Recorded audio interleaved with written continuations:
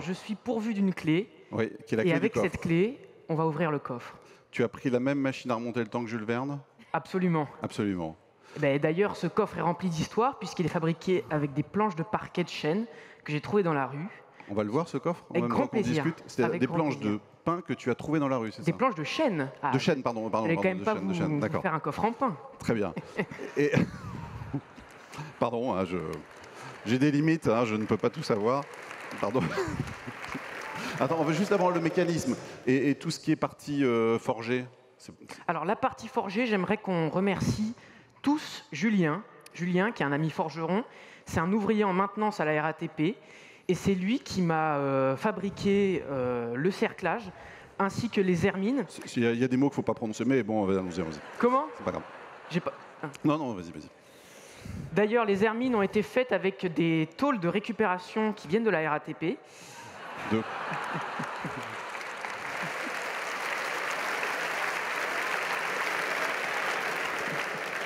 À 3, on verra. Ah, vas-y. Et donc, je propose qu'on l'ouvre dès à présent.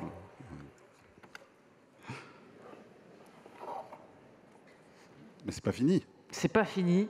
Ce coffre est pourvu de tiroirs secrets.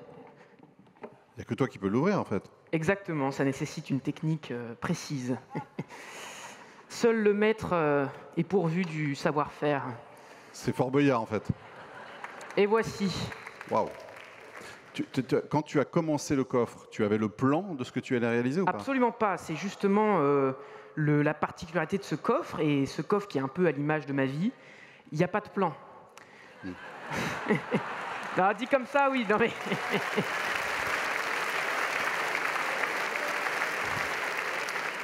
dit comme ça, c'est particulier, mais ce que je veux dire, c'est que ce coffre, il a été fait au gré du vent, au gré des rencontres, au gré des occasions, au gré des techniques, au gré des outils.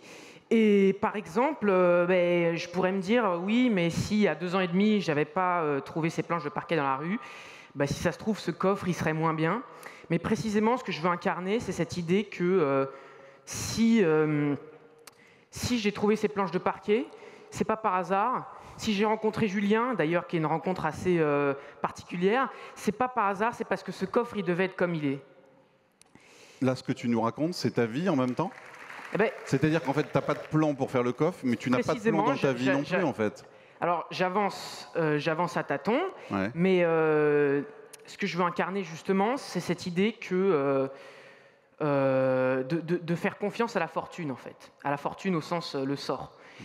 De faire confiance en la vie et de faire confiance à chaque rencontre que l'on fait. C'est-à-dire que moi, chaque humain que je vais rencontrer, du chauffeur de taxi à l'ouvrier, au collègue artisan, jusqu'au bourgeois fortuné, je vais... Tiens, on va revenir sur scène en même temps pour que tout le monde profite de toi bien. On l'ouvre pas? Non, ça sera pour tout à l'heure. Non, donc ce que tu nous racontes, c'est que je rappelle que tu as 17 ans. Absolument. Tu as quitté l'école.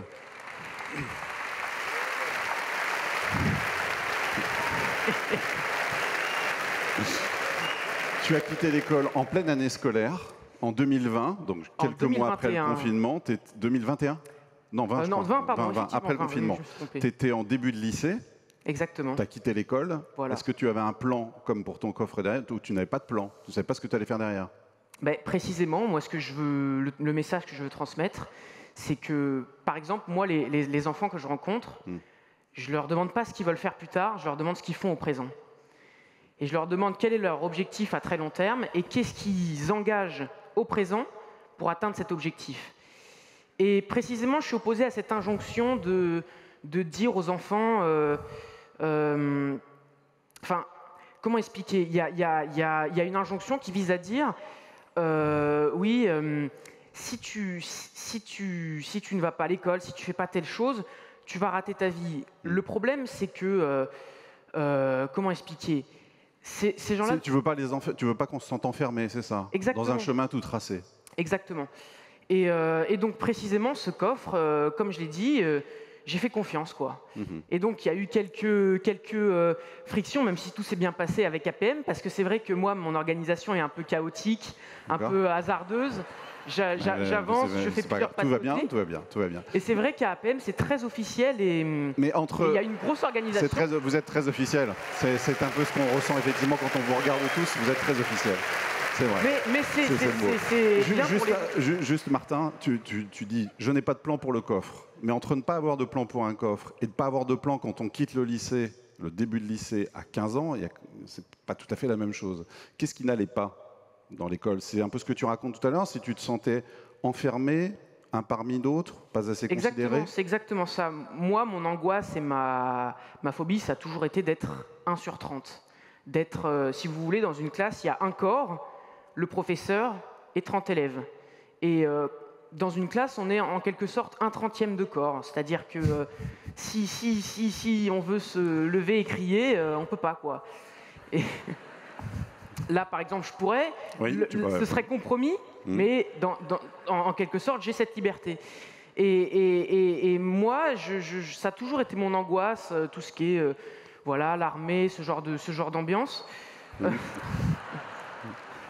En fait, tu veux surtout pas te sentir trop sécurisé, c'est ça? C'est ça, exactement. Et par exemple, moi, ce que j'aime, c'est que ici, bon, il y a 6000 personnes, et la personne qui a fait le coffre, c'est moi.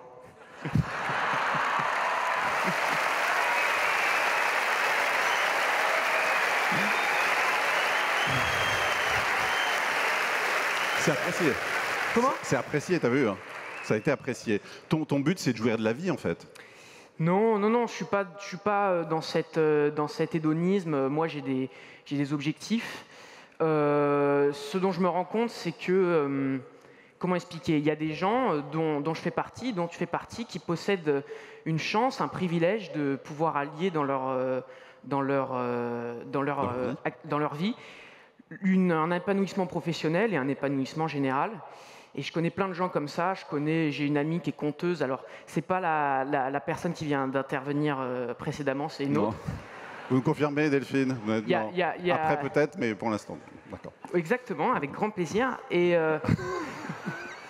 je connais des amis qui sont... je connais un ami qui est relooker. Et ces gens-là qui détiennent ce privilège, ce que je veux, c'est faire rencontrer les gens qui ne le détiennent pas, c'est-à-dire les gens qui se sont enfermés dans une vie qui n'était pas la leur.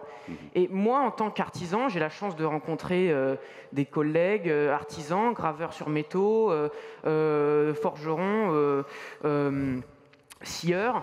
Et de par mes clients, j'ai la chance de rencontrer des gens, disons, plus fortunés, disons, des gens qui appartiennent à une autre strate de la société. Que tu n'aurais pas rencontré si tu étais resté à l'école, c'est ce que tu nous dis. C'est ce que notamment.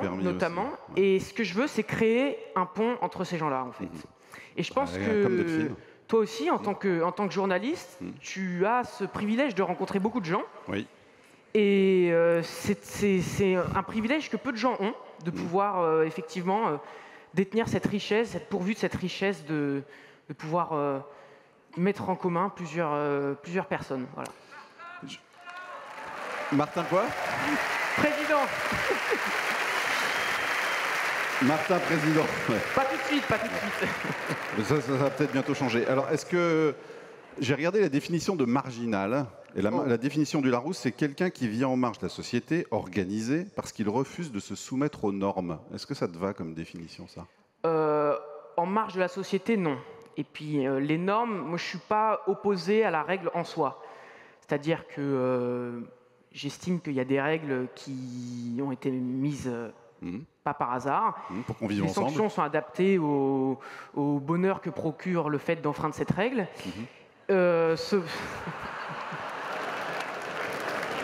Donc ça sera un président, mais anarchiste. Faut choisir. Hein, mais... Non, mais ce que je veux dire, c'est que la règle n'est pas sacrée en soi. Je la respecte. Je suis pas opposé à la règle en général. Et marginal, je pense pas. Ici, c'est bien la preuve. Je suis parfaitement connecté à la société humaine, je le pense en tout cas. Donc voilà. Une dernière question. C'est quoi réussir ta vie? C'est quoi le comment? C'est quoi réussir sa vie pour toi? Ah, réussir sa vie. Comme j'ai dit précisément, moi je vois beaucoup de gens de mon âge, un peu plus jeunes, un peu plus vieux, qui répondent à l'injonction de qu'est-ce que tu veux faire plus tard, et qui passent à côté de leur vie, qui s'enferment dans des vies qui ne sont pas les leurs. et qui à la fin se réveille à 40, 50 ans. Et en fait, ce qui est le plus tragique, parce que je rencontre beaucoup de gens de plus âgés, mais pour moi, le plus tragique, c'est de voir les mécanismes, les déterminismes, les déterminations, cette peur finalement d'être marginal, justement, cette peur d'être celui en bas de la rue, qui pousse les gens à passer à côté de leur vie. Et voilà, pour moi, réussir sa vie, c'est être conteur, c'est être relooker. C'est être plein de choses. Voilà, exactement. Merci beaucoup, Martin. De rien.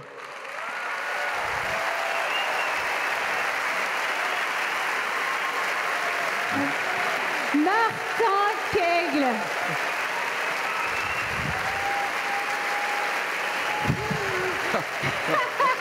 C'était la petite claque du jour. Tu veux rester là, en fait? Merci Martin, je crois que tu as réveillé beaucoup de petits Martin et Martine juste dire un qui mot, sommeillent partout. juste dire un mot, je ne sais pas si à la caméra, alors je regarde où est la caméra. Si on peut faire un plan juste sur la canne de Martin. Effectivement, mon travail, c'est aussi de réhabiliter la canne comme accessoire de sartorial de premier plan. Et je fabrique des cannes, je fais du tournage sur bois.